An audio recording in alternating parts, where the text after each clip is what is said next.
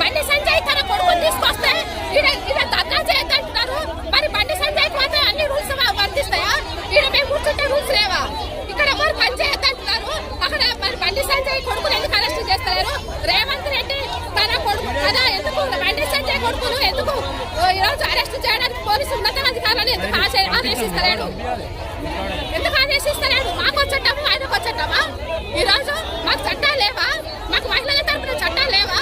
ఈరోజు మేము క్వశ్చన్ చేస్తుంటే ఫోన్ కూర్చుకుంటాడు పోలీసు ఉన్నతాధికారి. ఎందుకు మేము అంత తక్కువ అనిపించినామా? ఈరోజు ఇష్టం వచ్చినట్టు తిడుతున్నారు. పోలీసు అధికారులు కూడా మమ్మల్ని తిడుతున్నారు. ఈడ చేయొద్దంటే ధర్నా. సరే మేము ఇలా ధర్నా చేయం. నువ్వు బండి సంజయ్ కొడుకుని అరెస్ట్ చేయి. అవి రూల్స్ కావా? ఇవి రూల్సా? పోక్సో చట్టం కింద ఈరోజు ఎన్ని రోజుల నుంచి ఎందుకు అరెస్ట్ చేస్తలేవు నువ్వు? ఎందుకు ఒక సాధారణ పౌరుని అయితే ఈరోజు లోపడేస్తావు. పోలీసు వ్యవస్థ కూడా కొమ్ము వస్తుందా? ఈరోజు హోంశాఖ దగ్గర పెట్టుకొని